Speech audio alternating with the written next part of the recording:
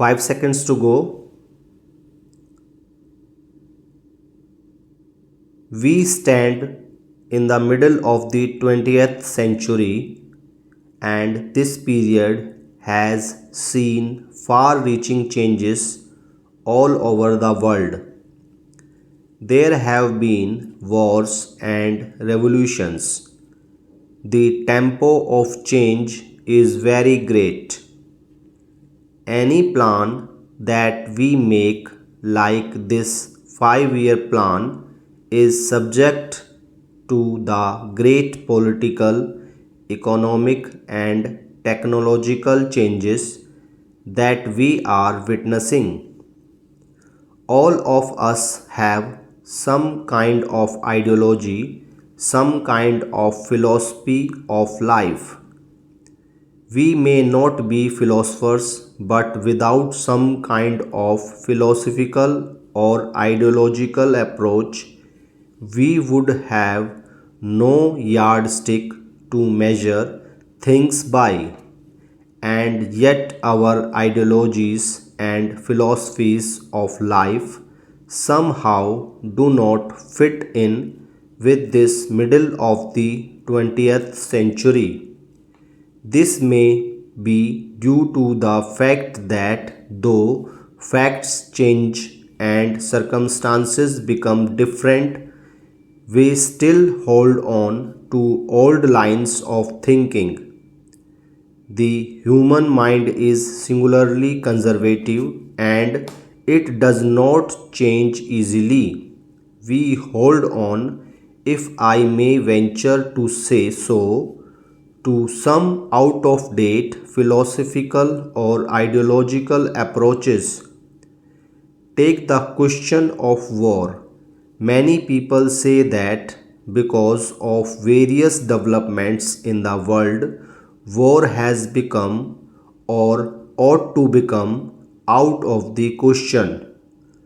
War was useful, whether good or bad, if it helped you to realize your objective. When it does not do that, when in fact it does the reserve, then no person should indulge in war. I should like to extend that parallel a little further. If a war, atomic or other, is now something that can only be considered excessively foolish, Cold War becomes more and more absurd. Cold War exists, it goes on, but really analyzed in the circumstances of today, it has little meaning. Likewise, certain other approaches, some economic approaches, which may have a great deal of truth, just do not fit in with the present circumstances. The major fact of today is the stupendous growth of technology, the tremendous growth of the productive apparatus of society, the tremendous power that human beings possesses and are likely to possess in the form of atomic energy.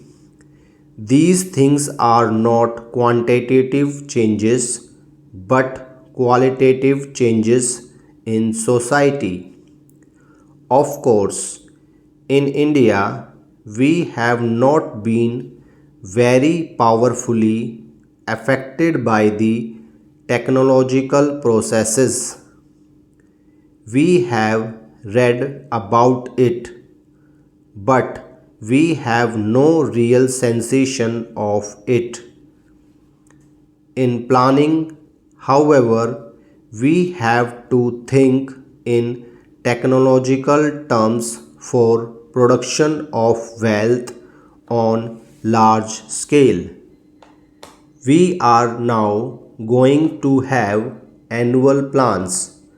Every year a report of the annual plan will be placed here, which will give a more precise indication of the targets for that year.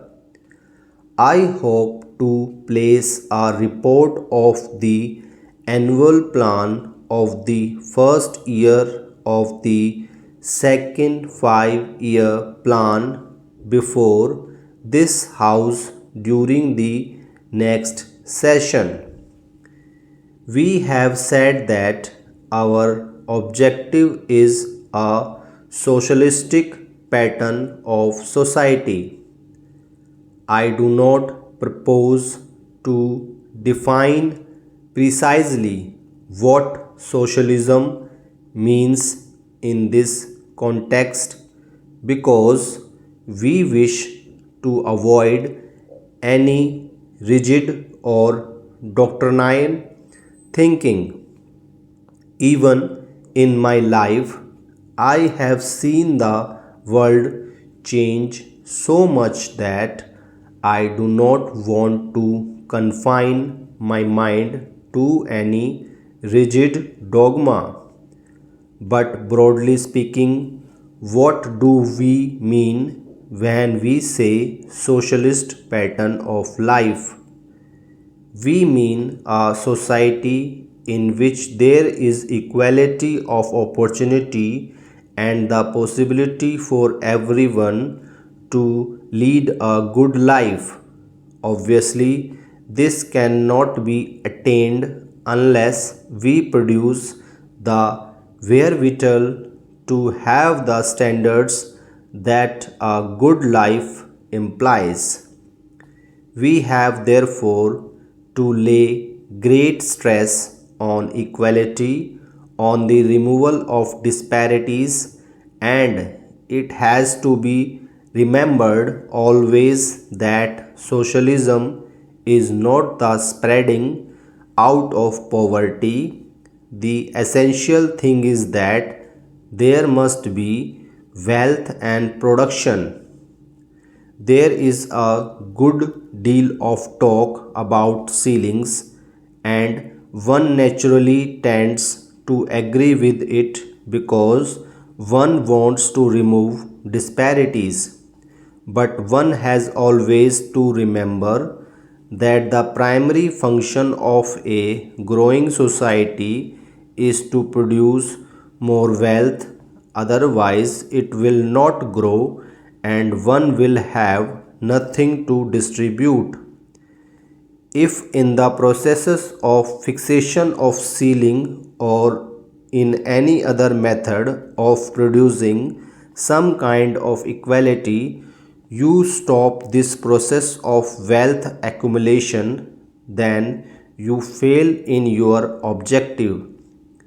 Therefore, whether it is in industry or agriculture, the one and the primary test is whether you are adding to the wealth of the country by increasing the production of the country.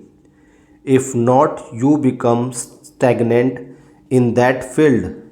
In order to reach equality, as I hope we shall sometime or other, we need not follow the road of some artificial fixation of ceilings, but a hundred's paths which gradually take us there. And artificial attempts may indeed prevent us from reaching it. Remember this while we plan, while we work, our population also grows. I gave the house just now the estimated figure of our national income in the next 20 years. By the end of that period, the population of India will be round about 500 million. This rate of population growth is not that very great.